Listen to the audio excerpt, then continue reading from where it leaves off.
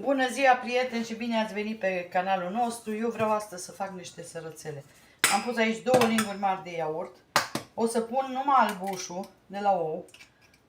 Gălbenușul folosim pentru uns deasupra, deci gălbenușul o să-mi deoparte.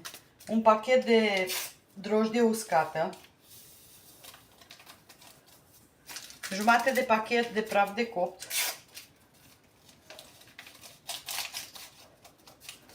Așa. Puțină sare, dar foarte puțină, că e brânza sărată. Deci foarte puțină. O bucată de brânză, cam 200 de grame. Deci asta vine rasă aici. Am amestecat un pic așa ca să se amestece. Deci asta o radem aici.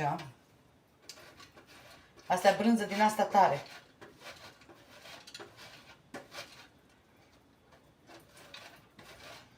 Brânză de vacă, a mea e brânză de vacă. Acum, dacă aveți alta de oaie, puteți să faceți, că eu am făcut și cu de oaie.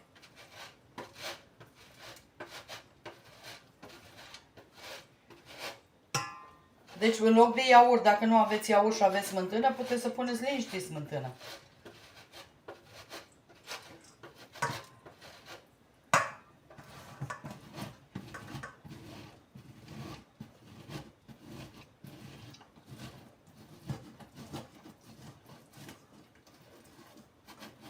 Așa, 150 de grame de unt, care și ăsta îl dăm pe răzătoare.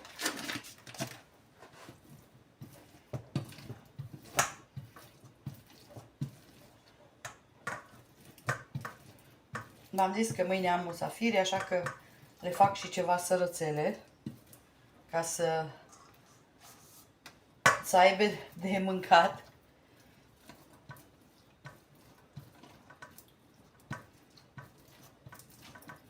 Puteți să puneți și brânză dulce, ce aveți.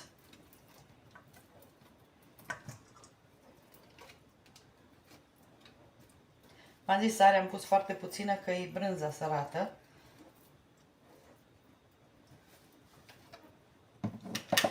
Așa, deci astea îs. Stai să iau brânza asta, că nu mai mi-o trebuie.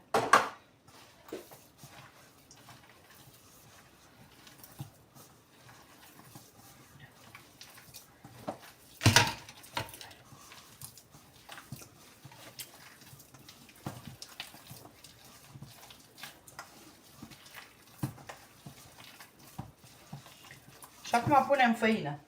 Cât cuprinde. O să vă arăt eu. Acum arată aluatul.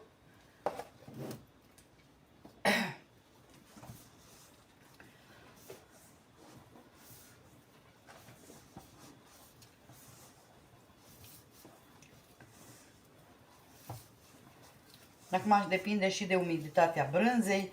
Deci de aia nu pot să vă spun exact.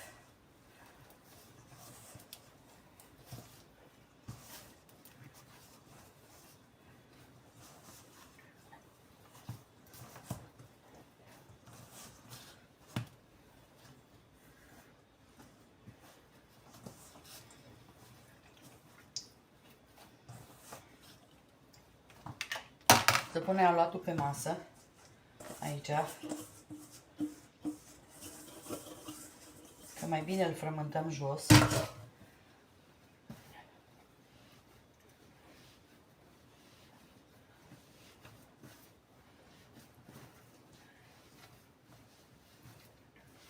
Dacă ați greșit și ați scăpat puțină, mai multă făină, mai puneți puțin lapte ca să adunați aluatul.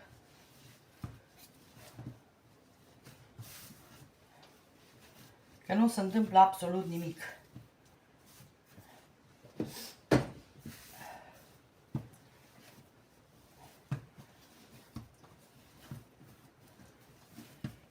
Deci aluatul trebuie să fie, să nu se lipească de mâini. Deci așa trebuie să fie aluatul. Vedeți, eu trebuie să mai pun, că mi se lipește de mâini. Puteți să le faceți bastonașe, puteți să le faceți covrigei, ce doriți.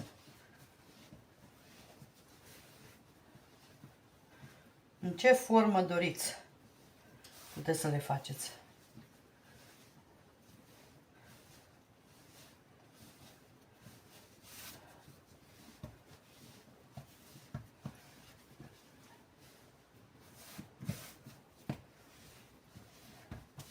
Bine, are ziua soțul. De-aia nici n-am vrut să vă spun până mâine. Dar zic, hai că vă spun. Mai adaugă un an.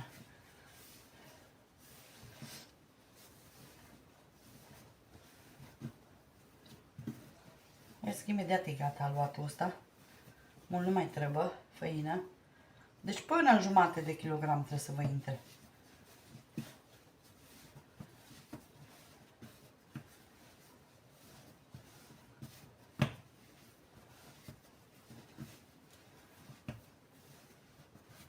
Așa, deci atâta. Deci nu-l faceți nici tare, tare.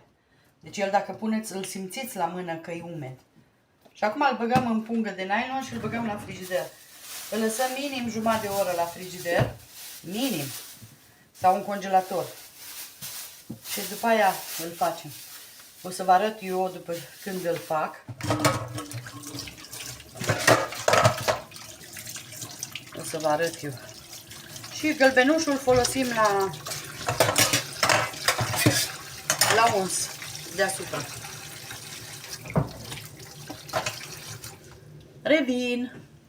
Haideți să facem. Eu l-am pus în congelator cam jumătate de oră. Trebuie să-mi dau eu drumul la cuptor. Acum le fac, le și bag în cuptor.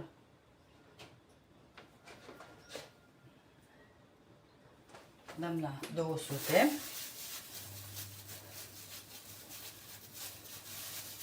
N-am făcut multe. Am făcut numai câteva. Că nu le mâncăm și atunci am zis mai bine să...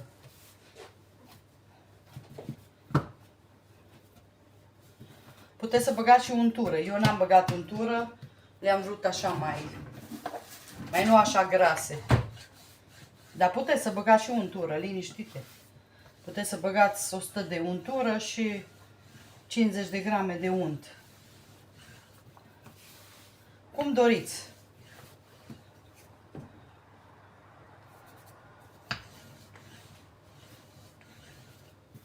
Am zis că nu am făcut multe. De obicei când fac foarte multe, dar acum nu. Iarna se mâncă la noi mai multe din astea sărățele. Vara nu prea, numai... Chit că vara să bea bere, dar nu știu de ce iarna noi îi servim mai mult. Vă arăt cât de gros este aluatul. Vedeți că eu îl întorc când pe o parte, când pe alta, ca să pot să-l încerc să-l întind cam la aceeași. Acolo o să mai întind eu. Deci cam așa arată aluatul de gros. Acum eu am forma, adică aveam forma de covrici. Dar să vedeți că am scos-o. De unde am pus-o? Numai Dumnezeu.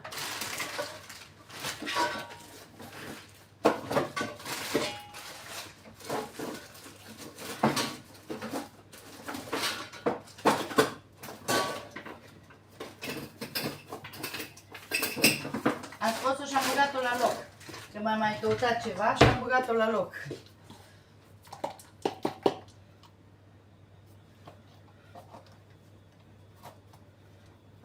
Așa. Prima totdeauna face pe nebuna.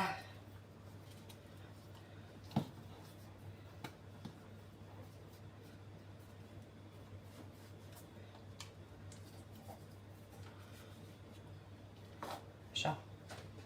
Ca să-mi iau eu de aici, să-mi pun tava. Aici.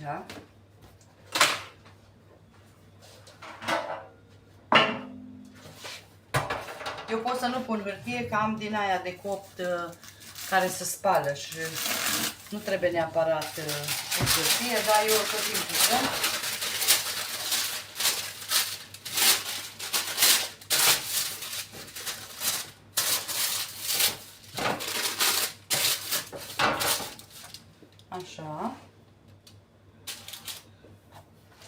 Vedeți ce fain covrigi face.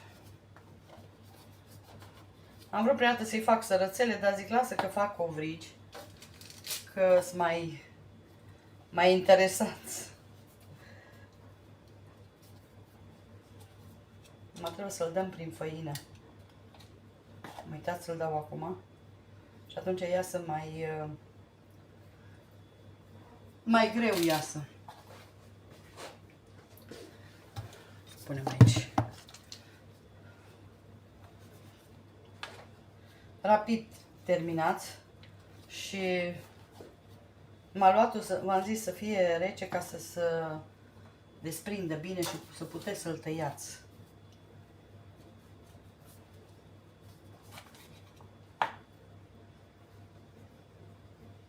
Am eu la mine pe pagină, dacă vă uitați, și rețetă de covrigi iară.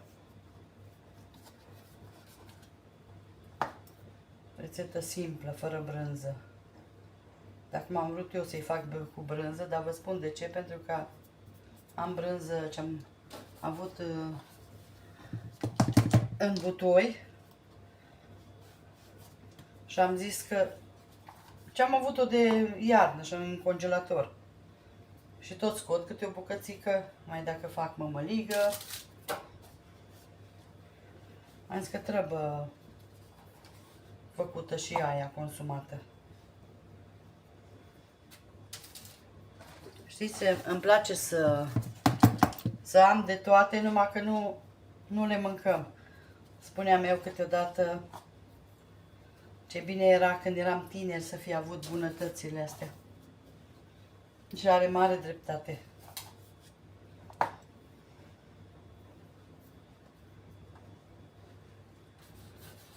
Eu o să vă arăt acum la prima tavă.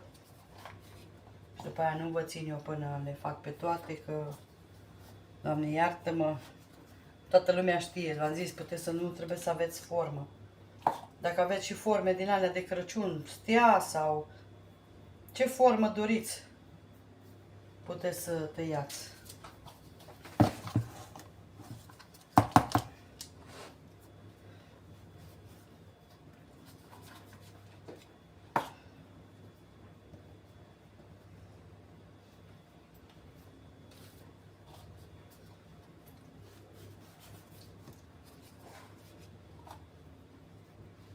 Așa. Și pe aia luatul ce rămâne, îl împachetăm tot așa și îl formăm.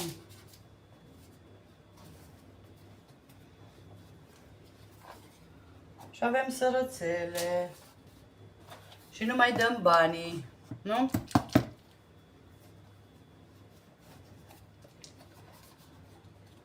Cuptorul, v-am zis, eu îl dau la 200 ca să fie încălzit bine, să le iei, ele fiind reci, să fac faine.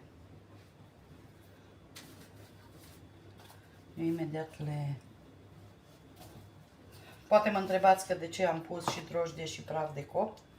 Drojdia le ține mai moi un timp și praful de copt le face fragede, așa, cum să zic, fărămicioase.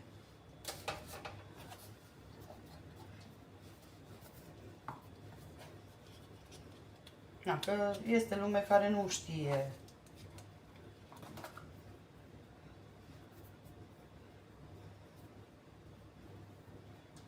Dacă nu pun făină.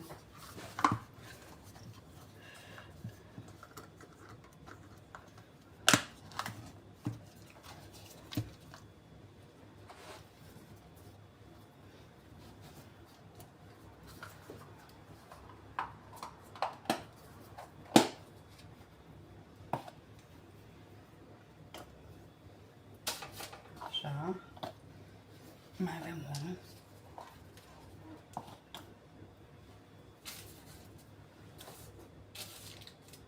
Atât aici punem. O să le dau eu cu ou. Am pus gălbenușul cu lapte.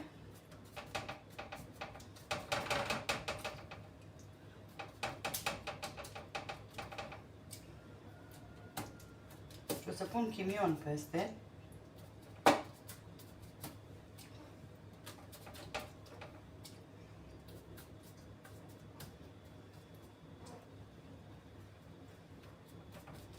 Foarte puține, nu trebuie unse.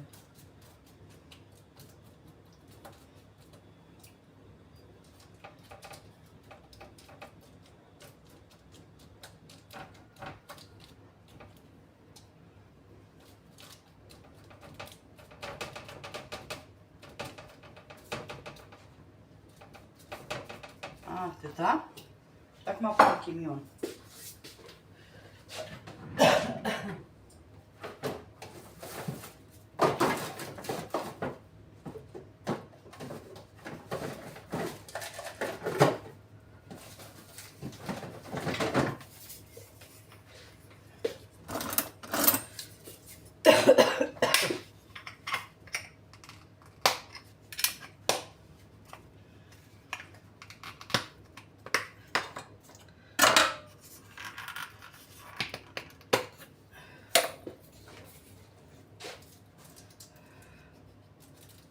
Ce bine miroase chimionul, mie îmi place chimionul.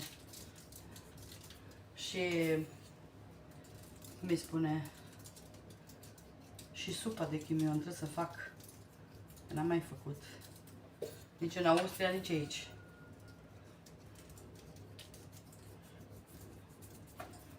Ok.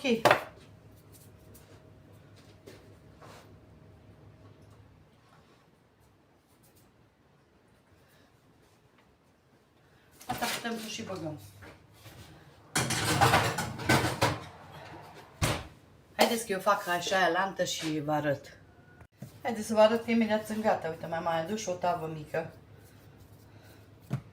Ca să pun să le fac toate.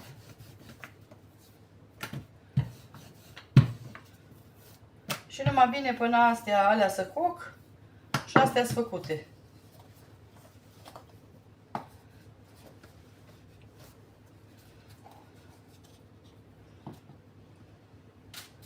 Așa.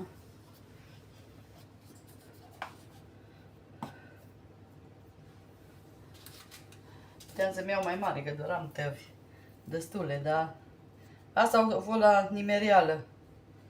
Asta s-a nimerit.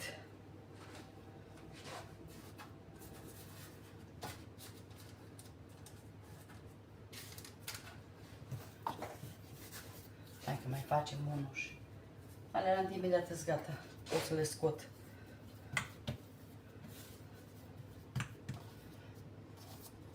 Știți ce bine miroase în casa brânză?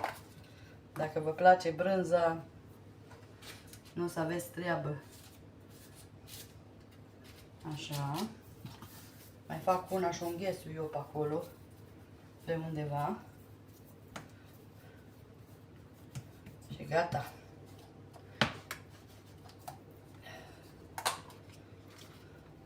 Uite cum mai bine să o demonta și asta, să o spăl.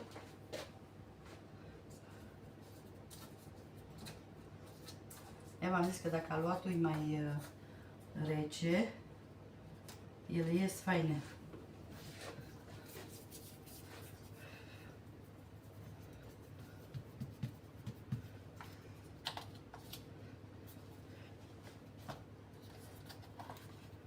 Gata, până la ultima am făcut.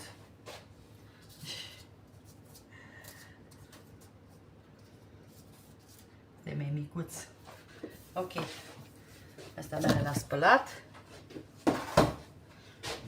Haideți să le ungem toate.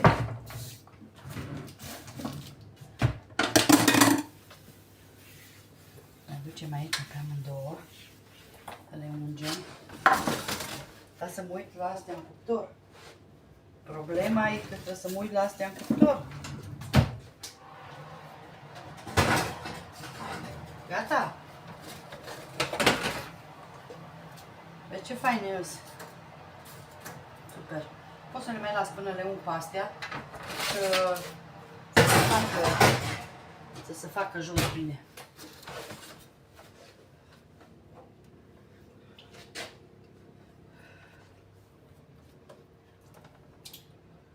Și ne-a ajuns dintr-un nou, ați văzut? Dacă le faceți lungi, puteți să puneți și cașcaval deasupra. Dar eu zic că nu are niciun sens. Că îmi cade și numai mi-l arde aici. dacă îl bag pe covrigi, așa. Numai mi-l arde.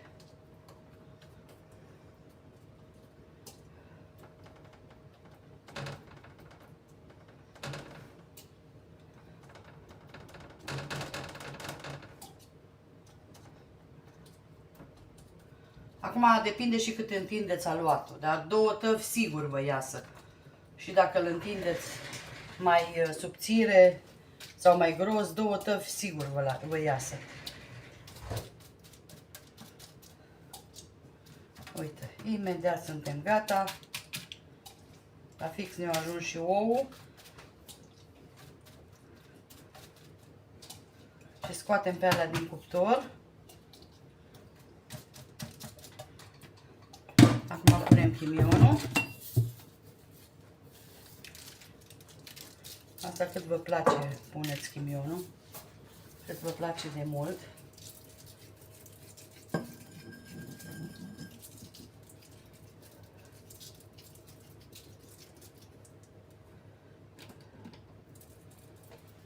Ok.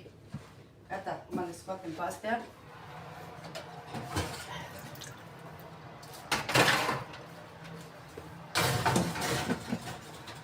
Le lasă să răcească puțin și după aia vă arăt. Uf, ce arde. Vă arăt cum e interiorul. O să revin.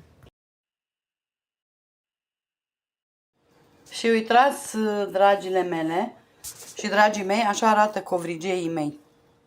Au ieșit super, super, super. Uitați ce fain sunt. Haideți să vă rup unul. Super fain.